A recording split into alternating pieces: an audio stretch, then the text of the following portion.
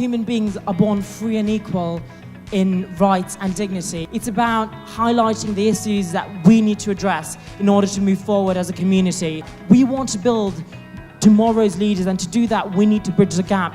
There's a story behind each of the cushions you see here today, but each of them were made by a refugee woman who used to empower livelihood. We need you to get involved, and we're so thrilled you're here. Thank you for your allyship. I could either run from this, or I could cry about this, or I could do something. And I think all of us have that purpose here today. We're all part of this incredible movement. 7 years ago, I was a movement of one. I wanted to change something. I wanted to bring dignity to those young boys that I met in the bars. And now I'm surrounded by incredible advocates, incredible people who care about not just young women who are for sale, but who are realizing that boys are just as vulnerable. And so I'm so excited to start a dialogue today, to start a conversation with each of you, and to have you guys see that you are part of this incredible, greater global movement. Everyone in this room, I suspect, knows that the challenge of refugees is one of the defining problems of all of our lifetimes.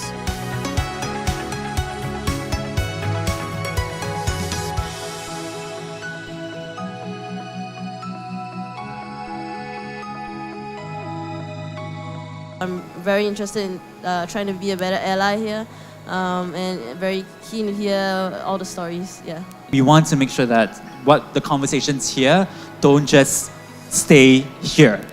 We want the conversations to go overseas. We want the conversations to go outside of these huge planes of glass walls.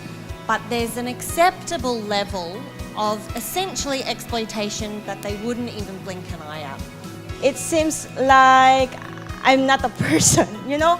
For every 6 migrant domestic workers you see, at least one bears the markers of forced labor. If you don't realize that there are people out there who are willing to help you, then you don't seek help. But if we don't do something about it as a gay community, I firmly believe that we're going to continue to be doubly stigmatized because of this. And I want to call that out. I want to say, these pedophiles, these people that behave like this, they're not part of our community. A very controversial law that was known globally as the Kill the Gay Bill. Because we know that this war, we wouldn't win this war. We don't want, we are not going to win. But what we can do is just save human beings' lives. We are not the disabled.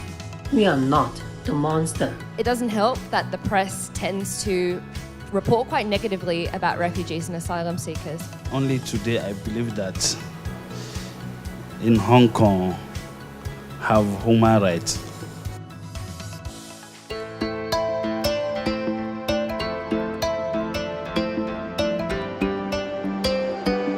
What does living on a planet of allies mean to you? Living on a planet of allies, to me, means that you're actually able to have a dream that we all share, that, you know, we might not always agree with each other, we might not always even understand each other, but we tolerate and respect each other. Well, I think if we live on a planet of allies, it's just like the basic common decency that we have to show each other of empathy, of love. Because we have a bigger fight out there, and we cannot do it by ourselves. We cannot do it in isolation from others. I think we have to share resources, political leverage, and influence to challenge the status quo. I mean, if we want to address homophobia and transphobia, we cannot just do it alone. It will absolutely take a number of years, a whole range of people to support us. And if we want to reach out those people, we have to start talking to them and get their support.